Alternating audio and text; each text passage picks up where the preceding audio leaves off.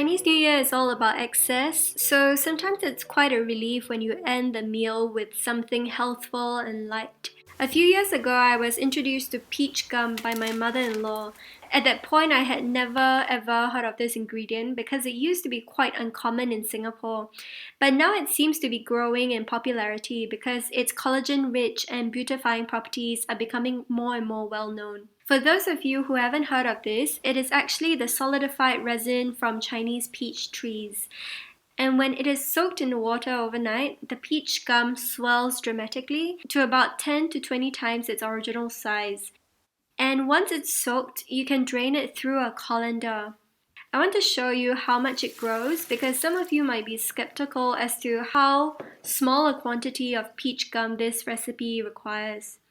So just look at the difference in size, it's really quite crazy.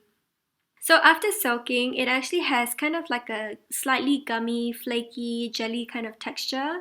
It is very, very similar to bird's nest. So it's considered the poor man's bird's nest.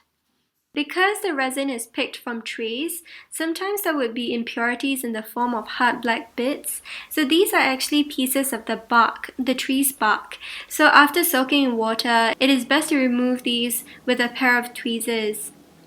And another ingredient that I like to use in this sweet soup is white fungus.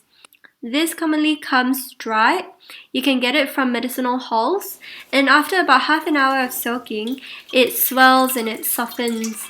And this ingredient is valued in traditional Chinese medicine and is good for things like respiratory problems and preventing inflammation. So what we're doing is removing the yellow bits on the bottom of the fungus because these bits are quite hard to eat.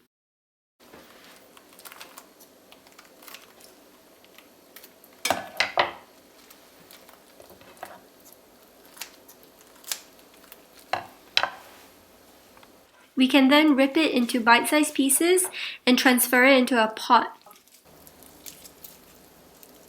Add your peach gum to it and some water as well.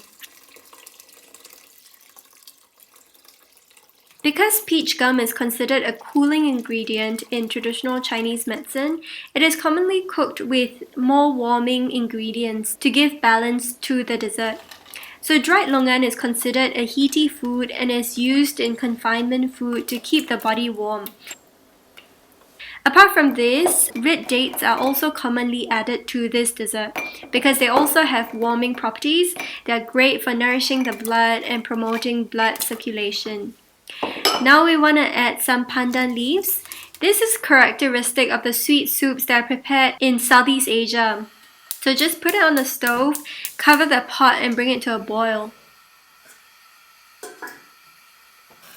When your mixture is boiling, you want to season the dessert with some gula melaka, or you can also use Chinese black sugar. This provides a really nice color and flavor. And apart from that, I also like to add some rock sugar, which is believed to have some medicinal properties as well, especially in the easing of a dry cough or sore throat. After simmering for 30 minutes, the dessert is ready and you can ladle it into bowls.